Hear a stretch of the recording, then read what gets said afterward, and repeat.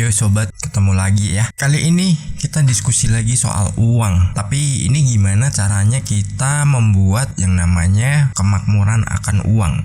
Jadi kita menciptakan kemakmuran uang. Mungkin pada bertanya-tanya, kenapa sih kita harus menciptakan itu? Padahal rezeki kan ada aja. Ya boleh sih kita berpikir seperti itu. Misalkan rezeki ada aja ya, oke, setuju. Cuman gak ada salahnya kalau kita meminta sesuatu itu yang lebih. Kenapa? Ya karena kan kebutuhan itu nggak selamanya tetap seperti itu. Kadang kebutuhan itu juga akan selalu meningkat ya. Contoh kita mungkin beli jajanan ya di zaman tahun berapa ya, mungkin Indomie aja deh. Indomie itu di tahun 2000 harganya berapa dan sekarang berapa. Kalau kita meminta sesuatu itu yang lebih, kita akan menyesuaikan apa yang akan menjadi perubahan zaman atau saat terjadinya inflasi. Jadi kita nggak akan kaget karena apa? Kita udah punya ilmunya, kita udah punya sumbernya, dan kita udah memiliki semua yang kita butuhkan soal keuangan. Tapi kalau kita udahlah segitu aja, misalkan gaji kita 3 juta, itu makin lama karena inflasi harga semakin naik, kebutuhan juga akan semakin naik. Nah kita akan dapat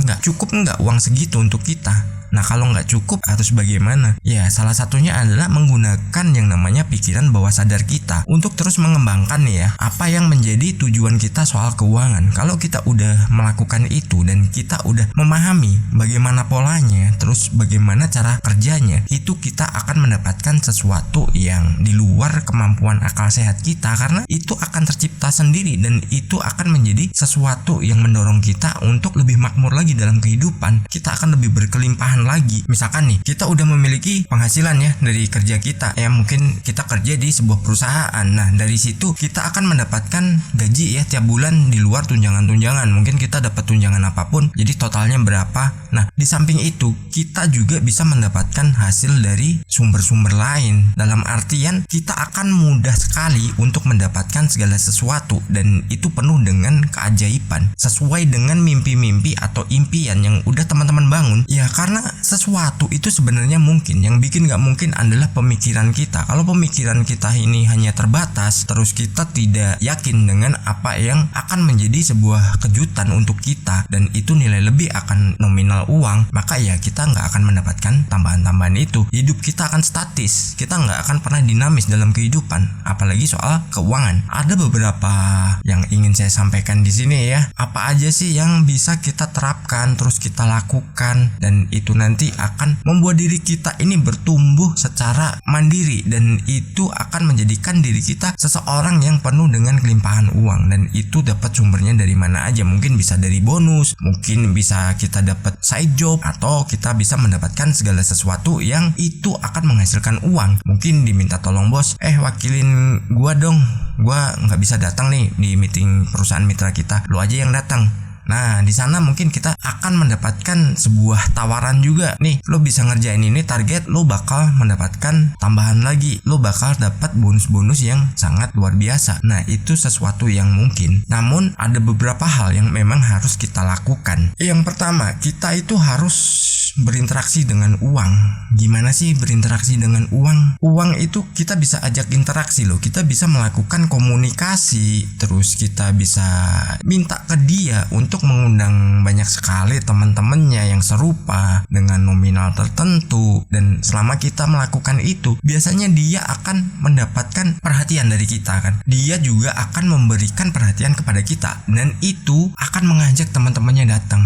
Ibarat nih kita sama pasangan nih, kalau komunikasinya bagus, interaksi kita bagus, otomatis apa? Ya mereka akan memberikan feedback. Jadi mereka akan memberikan respon ke kita dengan baik, dan dia akan ngasih perhatian yang lebih. Mungkin dia juga akan memberikan kita perhatian-perhatian yang mungkin selama ini nggak kita dapatkan. Nah itu bisa terjadi. Dan interaksi dengan uang itu contohnya, misalkan nih teman-teman ya, mendapatkan uang atau menerima uang dari manapun, jangan lupa berterima kasihlah kepada uang juga. Karena apa? Dia udah mau datang pada kita, dia udah mau ada dalam hidup kita, terus dengan mudahnya dia juga masuk kepada kita, entah apapun bentuknya, entah bagaimanapun prosesnya, terus lewat mana dia masuk, dengan wujudnya yang bagaimana dan rupanya yang bagaimana. terima aja, nilainya sama. Mungkin memang secara visual berbeda, tapi secara nominalnya itu sama nilainya. Karena uang juga membutuhkan kita, karena uang juga butuh tempat dia untuk berlindung dan dia akan berkembang. Setelah kita menerima dan kita berterima kasih, kita juga harus melakukan komunikasi lagi.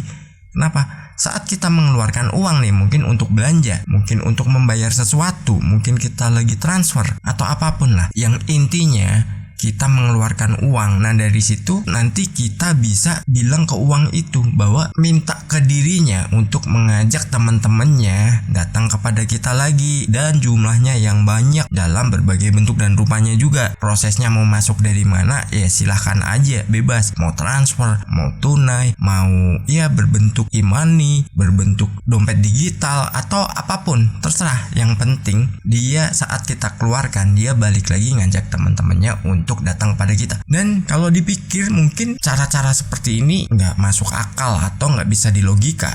Ya kalau kita melibatkan logika, segala sesuatu itu nggak akan mungkin. Karena apa? Ini kita berhubungan dengan energi, dan energi itu nggak terlihat. Getaran yang kita timbulkan itu nggak terlihat.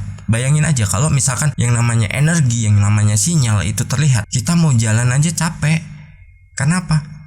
Udah di mana-mana itu padat banget. Kita udah punya ilmunya, silakan terapkan terus. Teman-teman bisa kembangkan lagi mungkin. Nah, mungkin kalau misalkan ada teman-teman punya ide apa, ya segera salurkan aja. Ya, kita lanjut ya.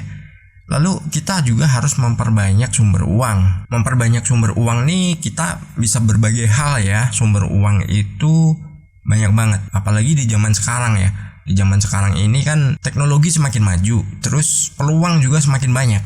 Dengan berkembangnya teknologi, jangkauan kita akan semakin luas. Mungkin kalau teman-teman yang mungkin bekerja di sebuah perusahaan dan dalam posisi tertentu, terus punya ide-ide gagasan yang bisa disampaikan ke atasan dan itu mungkin disetujui, nah itu bisa menciptakan juga passive income atau tambahan yang bisa masuk ke usaha teman-teman, ke ide teman-teman tadi, atau kenaikan gaji, kenaikan posisi atau jabatan. Nah itu sangat mungkin juga ya, itu salah satu sumber uang juga. Terus misalkan teman-teman yang berdagang. Nah, teman-teman yang berdagang ini bisa mengembangkan lagi. Sekarang eranya digital. Teman-teman bisa kembangkan nih, misalkan biasa cuman jual di rumah. Coba deh kita menginjak ke pemasaran online. Setelah kita masuk ke pemasaran online, penjualan kita juga akan semakin berkembang karena apa? Jangkauannya akan semakin luas. Terus lagi misalkan teman-teman yang punya keahlian tertentu, mungkin desain, mungkin ya apapun lah yang bisa teman-teman lakukan secara paruh waktu. Nah, itu bisa teman-teman juga kembangkan lagi. Bisa lakukan namanya kegiatan freelance. Jadi misalkan pekerjaan utamanya nggak ditinggalkan, tapi setelah pulang kerja atau di waktu senggang teman-teman bisa mengerjakan sesuatu dari freelance itu. Dan sekarang banyak banget kok platform yang bisa kita masuk, terus kita melakukan di situ jual beli jasa. Jadi kita bisa menjual jasa kita, dan jasa itu juga banyak sekali dibutuhkan karena di zaman sekarang ada orang yang usaha dan nggak mau datang ke sana kemari, dia maunya di online aja. Saat udah melakukan transaksi biasanya dia kan bayar dulu, jadi teman-teman udah punya modal dulu untuk mengerjakan pesanan itu. Kenapa? Di platform itu pembayaran udah ditahan dulu. Nah, setelah terjadi nanti kesepakatan antara jasa yang teman-teman kasih terus sama orang yang pesan itu udah deal, udah sama-sama cocok, ya udah akhirnya kita dibayar lagi. Dan banyak yang orang memiliki penghasilan puluhan bahkan ratusan juta hanya dari freelance. Banyak banget kok, situs-situsnya banyak, bisa ke Fiverr, bisa ke Freelancer, bisa ke apapun lah. Banyak platform di Indonesia juga banyak yang seperti itu. Ada 1000 Lancer, ada 1000.com. Nah, teman-teman bisa masuk ke situ, pelajari kemampuan teman-teman itu bisanya di mana ya. Atau mungkin teman-teman juga bisa jadi content creator. Nggak perlu alat yang canggih, nggak perlu segala macam yang canggih dulu. Yang penting apa? Kuncinya kita berani memulai. Kalau kita berani memulai, ya itu akan menjadi sebuah tantangan baru yang kita akan semakin berkembang. Di situ kita akan banyak sekali perbaikan-perbaikan untuk membuat sebuah kualitas itu yang bagus dan itu bisa diterima banyak orang. Semoga terharu. Bye bye.